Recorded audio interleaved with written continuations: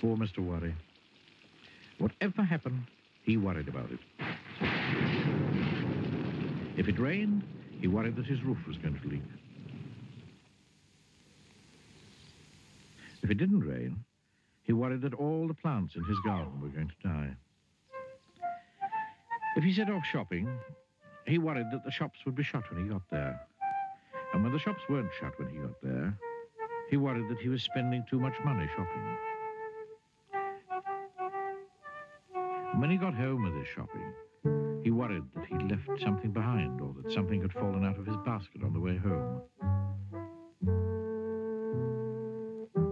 And when he got home and discovered that he hadn't left anything behind and that nothing had fallen out of his basket on the way home, he worried that he'd bought too much. And then he worried about where to put it all.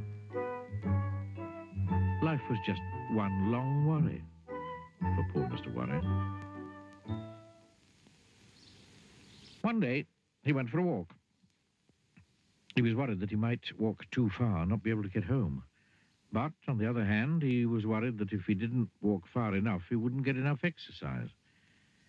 He hurried along worrying. Or you could say he worried along hurrying. He met Mr. Bump. "Hey, I'm very worried about you," he said. "Why's that?" asked Mr. Bump. "I'm worried that one of these days you might hurt yourself," he said. "Don't you worry ahead about that," replied Mr. Bump, and went off, tripping over his own feet. Mr. Worry went on. He met Mr. Noisy. "Hey, I'm very worried about you," he said. "Why's that?" asked Mr. Noisy. "Well, I'm worried that you might lose your voice," said Mr. Worry. "Don't you worry ahead about that," said Mr. Noisy, and went off. Clump, clump, clump, clump, clump, clump, clump, clump, clump. Mr. Worry went on. He met Mr. Greedy. "Hey, I'm very worried about you," he said. "Oh, why is that?" asked Mr. Greedy. "Well, I'm worried that you might eat too much and be sick," explained Mr. Worry. "Me?" replied Mr. Greedy. "Eat too much? Oh, impossible." And he went off for lunch.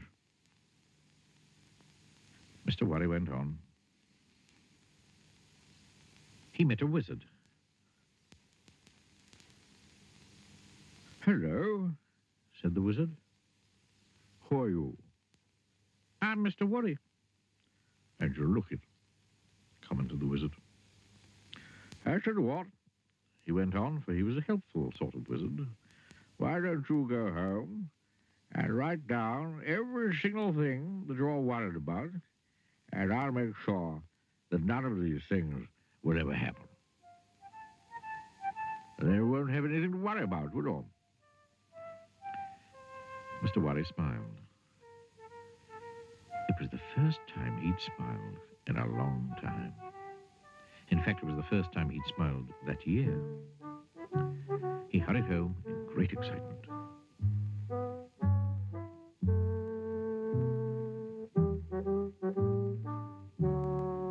When he got home, he sat down to write out all the things that worried him. Every single thing.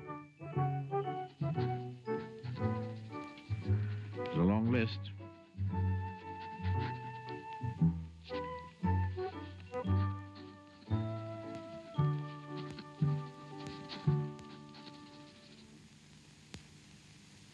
And then he went to bed and had the best night's sleep he'd had in years. The following morning, the wizard came round to collect Mr. Worry's list. "My goodness me," he said, when he saw the size of it. "However," he said, "leave it to me. I'll go off and make sure that none of these things will ever happen." And off he went. "Nothing to worry about now," he called over his shoulder. "Nothing at all." Mr. Worry, heaved a sigh of relief. That day was the first day in Mr. Worry's life that he didn't have a single thing to worry about. And the next day, and the day after, and the day after that.